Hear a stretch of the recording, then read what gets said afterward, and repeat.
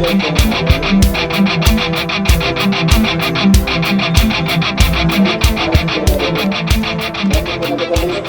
ನಾಗರಿಕ ಬಂಧುಗಳ ಪರವಾಗಿ ಹೃತ್ಪೂರ್ವಕವಾದಂತಹ ಅಭಿನಂದನೆಗಳನ್ನು ಸಲ್ಲಿಸ್ತೇನೆ.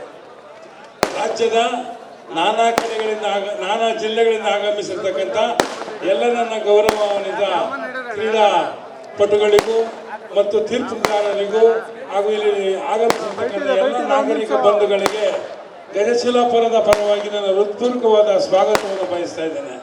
ಬಂಧುಗಳೇ, ರಾಜ್ಯದ ನಾನಾ ಜಿಲ್ಲೆಗಳಿಂದ ಆಗಮಿಸಿರ್ತಕ್ಕಂಥ ಆಟಗಾರರಲ್ಲಿ ನಾನು ಮನವಿಯನ್ನು ಮಾಡಿಕೊಳ್ತೇನೆ.